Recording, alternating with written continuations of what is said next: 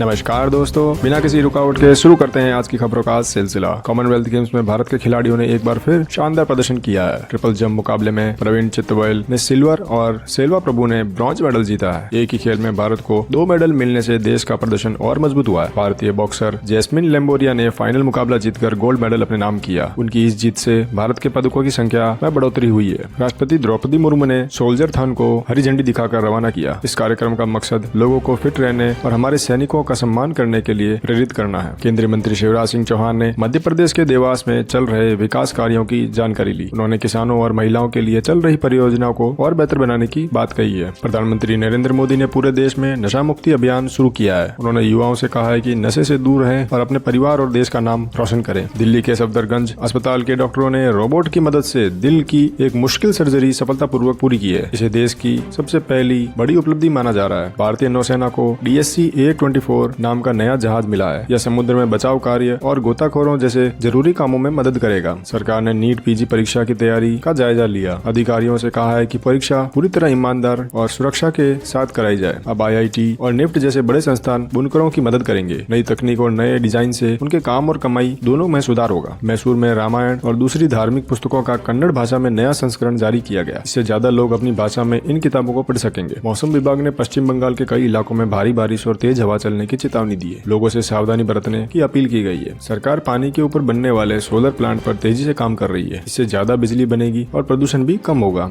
America के राष्ट्रपति Donald Trump ने फिलहाल ईरान पर हमला नहीं करने का फैसला लिया है। उन्होंने कहा है कि अगर बातचीत से बात बनती है तो वो बेहतर रहेगा। राष्ट्रपति द्रौपदी मुर्मू 3 से 5 अगस्त तक ओडिशा जाएंगे। उनके दौरे को लेकर सुरक्षा के पूरे इंतजाम किए गए हैं। देश की आजादी के 79 साल पूरे होने पर NCC ने साइकिल रैली निकाली। इसका मकसद युवाओं में फिटनेस और देशभक्ति की भावना बढ़ाना है। भारत के खिलाड़ियों ने एक ही दिन में 16 मेडल जीत लिए। इस शानदार प्रदर्शन के बाद भारत पदक तालिका में 4थे स्थान पर पहुंच गया है। सरकार ने चावल पर शोध करने वाले संस्थानों और राज्यों को 8 करोड़ 22 लाख रुपए की मदद दी गई है। इससे अच्छी और ज्यादा पैदावार वाली किस्में तैयार की जा सकेगी। जुलाई महीने में देश का कोयला उत्पादन पिछले साल के मुकाबले बढ़ा है। इससे बिजली बनाने और उद्यमियों को फायदा मिलने की उम्मीद है। नई दिल्ली में सेना, नौसेना और वायुसेना के अधिकारियों को आधुनिक युद्ध की नई तकनीक सीखने के लिए विशेष प्रशिक्षण शुरू किया जाएगा। जम्मू कश्मीर की उज्ज परियोजना के काम की समीक्षा की गई। यह परियोजना सिंचाई, पानी के और बिजली के लिए काफी महत्वपूर्ण मानी जा रही है। सरकार ने बताया है कि नए सर्वे में हाथ से मेला ढोने वाला कोई नया व्यक्ति नहीं मिला। इस कुप्रथा को पूरी तरह खत्म करने के लिए काम जारी है। सरकार नई तकनीक और कारोबार शुरू करने के लिए अनुसूचित जाति के उद्यमियों को आर्थिक और तकनीकी सहायता दे रही है। चलते अगली खबर की ओर। इस योजना के तहत देश के 47,000 से ज्यादा गाँवों को चुना जाएगा। इन गाँवों में सड़क, शिक्षा, दूसरी जरूरी सुविधाओं पर काम किया जाएगा। ये खबर PM अजय योजना से रिलेटेड है। ब्रिक्स देशों के अधिकारियों ने बैठक कर आपसी सहयोग बढ़ाने और जरूरी आंकड़ों को साझा करने पर चर्चा की गई है। 5 अगस्त को नई दिल्ली में एक बड़ा कार्यक्रम होगा। इसमें भारत के मशहूर GI टैग वाले उत्पादों को दुनिया भर में पहचान मिलाने पर चर्चा की जाएगी। तो दोस्तों, ये थी अब तक की अहम न्यूज। अगर आपको वीडियो अच्छा लगा हो तो इसे लाइक करें, चैनल को सब्सक्राइब कर ले ताकि ऐसी न्यूज आपको रोज मिल सके बिना किसी रुकावट के। कल फिर मिलते हैं इसी समय। तब तक के लिए जय हिंद, वंदे मातरम।